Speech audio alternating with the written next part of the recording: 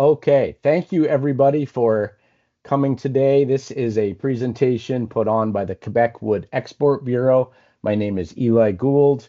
I work in the US market primarily and internationally as well to help Quebec manufacturers get represented in their export goals. And I train architects. So this is a presentation today in which we are going to use learning objectives much like we do for the architectural world. And we're going to learn about some problems in the industry that the hopefully the FORAC students and traceability projects will help to address, and that our industry is not really yet a leader in transparency as a whole. And yet there are leaders in Quebec like Nordic Structures who have a mill level environmental product declaration that show us that with our energy grid and our use of materials that we may be among the best in North America once the data is clearer. So we're also going to learn today from the QWeb perspective with our work with the value add wood manufacturing community, especially the wall and advanced panelized sectors, that as we need them to communicate the results because they're closest to the buyers and closest to the policy advocates in housing, but they also are big consumers of lumber, and the lumber data that they have is currently only a North American average. So with your help, we're going to help them also look much better.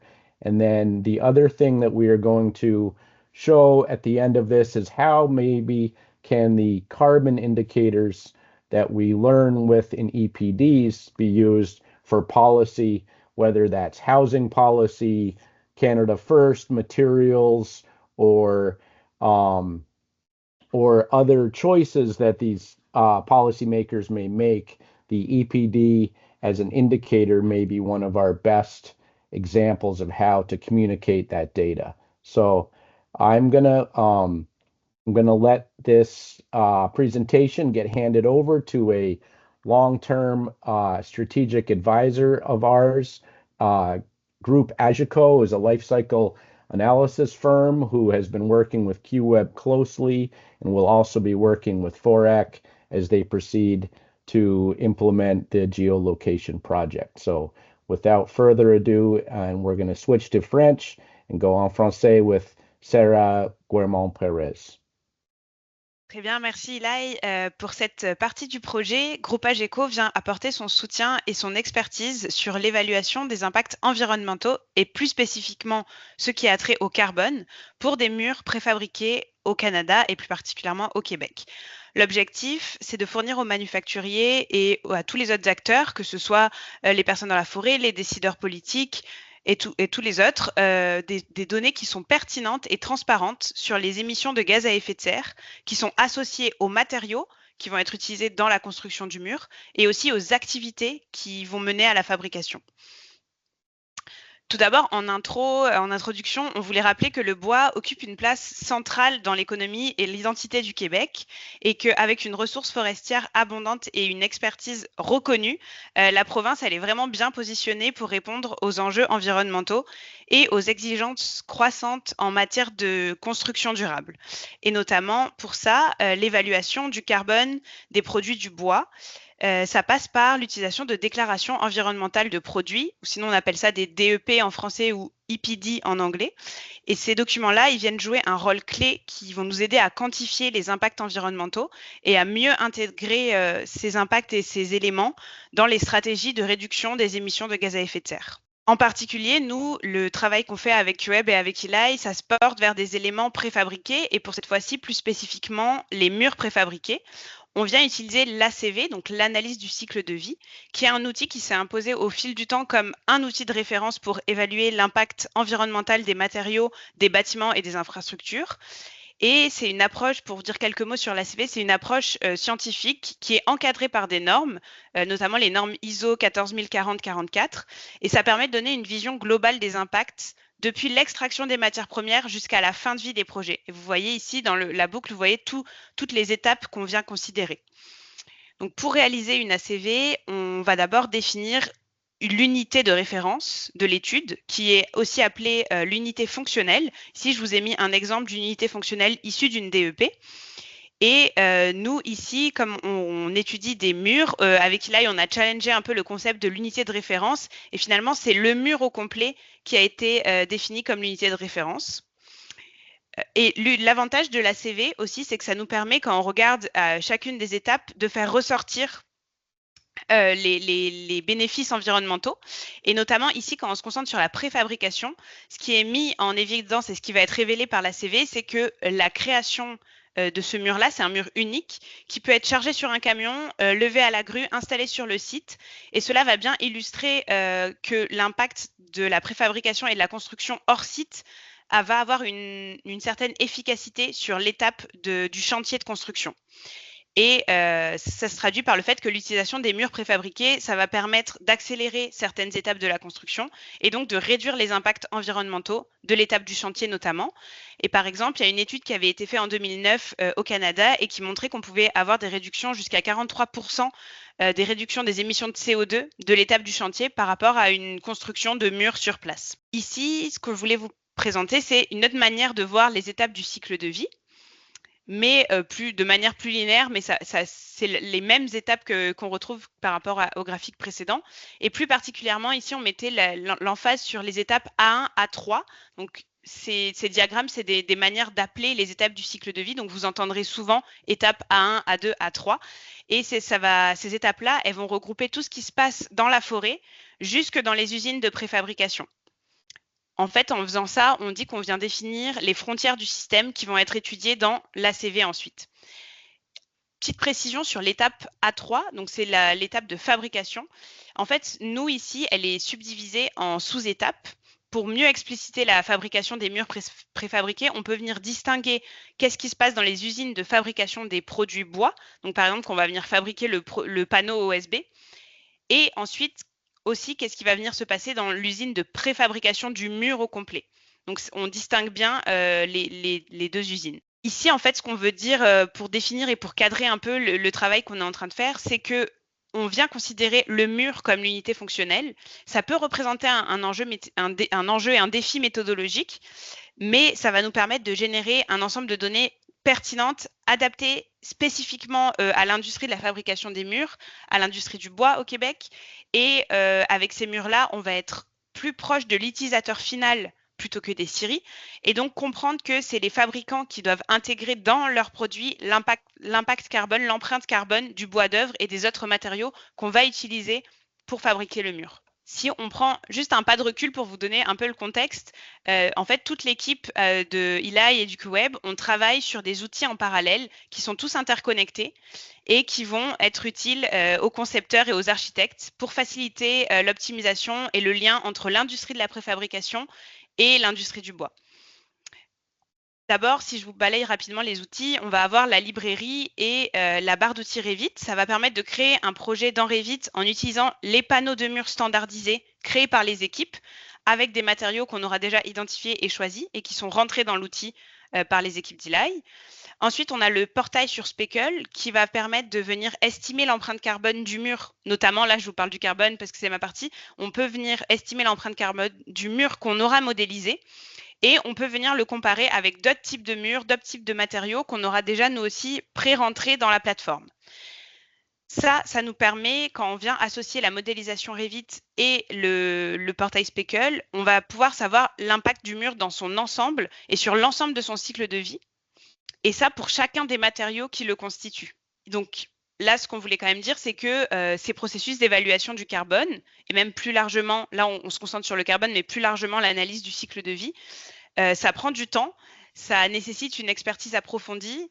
On a besoin d'aller vérifier les données, d'aller vérifier les quantités. Et c'est pour ça qu'on veut mettre à profit l'expertise pour garantir des résultats fiables qui vont être utiles à tout le monde, aux concepteurs, aux manufacturiers, aux décideurs, et qui seront fiables pour tout le secteur. Donc déjà, ce travail, il date de longue date. On a commencé il y a longtemps, puis ça se fait par étapes. Donc, on voulait déjà dire qu'est-ce qu'on a appris jusqu'ici, on en est où, on en était où avant de commencer ce module-là. Dans la première phase, l'année dernière, on a calculé l'impact carbone pour différentes typologies de murs. mais en allant plus avec les matériaux simples, en omettant certains des matériaux. Et pour cela, pour faire ces évaluations, on utilise toujours des DEP, les déclarations environnementales de produits, qui ont été publiées. Et il faut savoir quand même que les DEP, elles ont une durée de validité. Après 5 ans, la donnée, elle doit être mise à jour parce que la période de validité de la DEP, elle est passée. La DEP, elle est périmée. Donc, en fait, on considère que les données sont plus représentatives, donc ces données doivent être mises à jour. C'est un des enjeux qu'on rencontre parce que les données qu'on a potentiellement utilisées, aujourd'hui, maintenant, elles peuvent être passées, la période de validité est passée, donc il y a toute une période de mise à jour qui doit être faite. Ce qui ressort de nos premiers résultats, déjà, c'est l'importance des matériaux non modélisés ou mis de côté par manque de données ou parce qu'ils sont jugés négligeables à première vue. Par exemple, pour les murs préfabriqués en bois, ces matériaux-là, ils vont avoir de l'importance dans les résultats. Et quand on parle de matériaux non modélisés, ça va être les clous, les membranes par vapeur, les différents isolants, etc. Donc finalement, la partie du bois en elle-même, elle n'a pas un impact si important face à tous les autres matériaux. Et aussi, en plus de toute la production de tous ces matériaux-là, ce que nous, on vient faire, c'est qu'on vient rajouter dans le calcul qu'est-ce qui se passe pour aller jusqu'à l'usine déjà le transport pour aller jusqu'à l'usine de préfabrication, et ensuite, qu'est-ce qui se passe dans l'usine en termes de matériaux auxiliaires qu'on vient rajouter, d'énergie qu'on va consommer pour monter le mur, stocker les matériaux, etc., etc. Et ça, pour vous donner un premier aperçu, ici, c'était un exemple d'étude de cas issu d'une DEP du QWeb. On voit, c'est l'exemple des résultats d'un panneau de mur ouvert préfabriqué qui avait été fait en 2017. On peut voir déjà que l'impact de la production des produits bois, donc le bois d'œuvre, les résineux, le LVL pour le plaquage, dans ce type de mur-là, il y en avait, les panneaux OSB, le contreplaqué, etc. Ça contribue à la majorité des impacts. On le voit en gris sur le graphique. Mais on sait aussi que nous, dans nos modèles actuels de murs qu'on étudie, les murs qu'on a montés avec Eli, on va venir réduire les quantités de bois. On aura moins de ces produits-là. Donc, de fait, la partie en gris, elle va réduire vu qu'on a moins de quantité. Nos murs qui ont été construits, il faut savoir quand même qu'ils répondent à toutes les exigences réglementaires, aussi en termes de performance et d'isolation, performance énergétique, les exigences réglementaires du Québec. Ensuite, sur le graphique, l'autre élément, le constat qu'on peut prendre, c'est on voit quand même que la partie de l'impact des matériaux auxiliaires et de qu'est-ce qui se passe dans l'usine de préfabrication, elle ressort, elle n'est pas négligeable. Ça représentait déjà 15%, quasiment plus de 15% des impacts, et ça peut même augmenter encore. Ici, quand je vous parlais des matériaux auxiliaires, par exemple, c'est la partie en gris, donc c'est ça qui représente déjà plus de 15% des impacts. Et nous, dans nos types de murs, elle va venir augmenter cette partie-là. Si j'avance, une fois que nous, on fait ces calculs-là, on peut aller encore plus loin. On veut venir identifier les points chauds environnementaux et chercher à les réduire pour venir réduire les impacts in fine du mur. Pour ça, l'un des leviers, c'est celui de la disponibilité des données. C'est un levier méthodologique. Et ça, c'est à toutes les échelles et à toutes les étapes. C'est important pour les activités qui se passent en forêt de rendre disponibles et de participer au développement des données pour soutenir les fabricants de différentes structures en bois. Et on a vu par exemple que la consommation énergétique, elle est dans les usines, on l'a vu dans le graphique d'avant, elle est relativement faible face à toutes les activités qui se passent en amont sur le travail du bois et la transformation primaire de ce bois-là. Aussi, ce qui est intéressant, c'est qu'actuellement, avec le QWeb, on travaille en parallèle sur la traçabilité de tous les bois qui transitent entre les parcelles forestières et les usines. Et on va venir développer des données assez précises. Donc, on le sait que l'exercice, il est en train de se faire. Mais pour ça, on a besoin de la collaboration de tout le monde pour pouvoir développer ces données pour qu'elles soient les plus représentatives possibles et les plus récentes. Ensuite, les données, nous, elles viennent à nous aider pour calculer l'impact.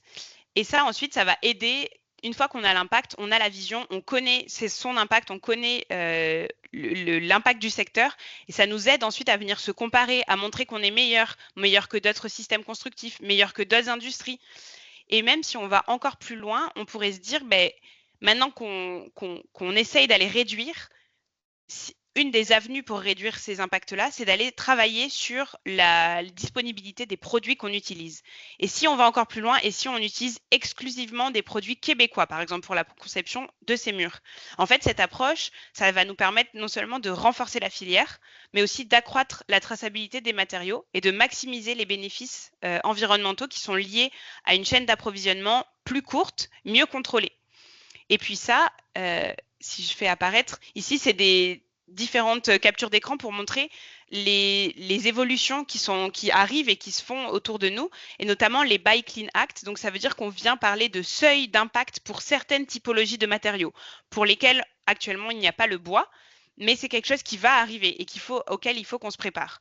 Puis en plus, si on peut montrer et même démontrer par les calculs, par les chiffres, par des vraies données fiables que les murs en bois préfabriqué à partir de bois régional, sans matériaux superflus, sans matériaux issus du pétrole, ça constitue une vraie alternative qui va être avec un impact environnemental et une empreinte carbone plus faible, alors on peut également venir développer des indicateurs et même appuyer des politiques pour soutenir toute la chaîne de valeur.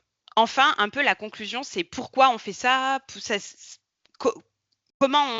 serait quoi les choses qui vont nous motiver à le faire? En fait, je vous ai un peu expliqué déjà juste avant, mais si on va plus loin, on peut se dire déjà actuellement, on le sait qu'il y a un facteur de dépendance aux États-Unis qu'il faut quand même questionner dans le contexte actuel. Parce que quand je dis un facteur de dépendance, c'est que beaucoup des données qui étaient développées au niveau nord-américain.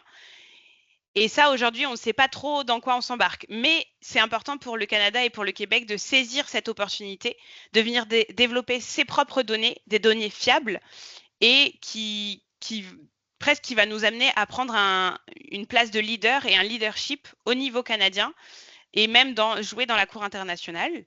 Ensuite, ça vient aussi appuyer le fait qu'on a besoin d'établir des seuils, des unités fonctionnelles appropriées pour permettre des comparaisons et pour permettre de démontrer que nos solutions sont moins carbonées, sont meilleures, sont plus efficaces que d'autres concurrents. Et enfin, pour faire ça, ce qu'on peut faire, c'est déjà s'inspirer des meilleures pratiques qui existent en termes de régulation du carbone. On en a au Canada, par exemple à Vancouver, on sait qu'ils sont quand même avancés en matière de politique carbone. On a donc l'exemple de Vancouver, comme je vous disais, qui ont une politique carbone avancée. On a aussi l'exemple californien, avec des restrictions et des seuils sur les matériaux les plus émetteurs, qui est inscrit dans les normes obligatoires pour tous les matériaux. Bon, ici, c'est jusqu'à présent pour les matériaux non résidentiels. Enfin, pour finir la présentation, c'était un peu de dire cette démarche, on sait que c'est chronophage, on sait que ça demande du temps aux personnes d'aller chercher dans leurs données, de comprendre, de les communiquer. On le sait que ça demande un effort, mais qu'en même temps, c'est grâce en combinant cette vision stratégique, les outils d'évaluation du carbone qui seront plus robustes, l'expertise, les acteurs engagés, qu'on pourra réellement faire que toute l'industrie du bois québécois et la chaîne de valeur, elle va être reconnue et ça va permettre d'être un vrai levier pour la transition écologique et économique. Et donc, c'est pour ça qu'on mettait un call to action à la fin pour tous les partenaires qui sont concernés, donc que ce soit les manufacturiers. N'hésitez pas à participer à la démarche, parlez-en, parlez des DEP, faites développer vos données, partagez vos données, testez les outils, n'hésitez pas à faire des retours. Pour tous ceux qui se passent dans la forêt, à nouveau, partagez les données. Les données de toutes les activités forestières, elles datent de 2015, donc ça commence à faire beaucoup, ça fait plus de 10 ans. Il faut qu'on arrive à améliorer la qualité et la fiabilité de ces données-là. Et pour les décideurs publics, à nouveau, soutenez l'approche qui va être l'opportunité pour le Canada de prendre un leadership et de prendre une position à ce niveau-là. Merci.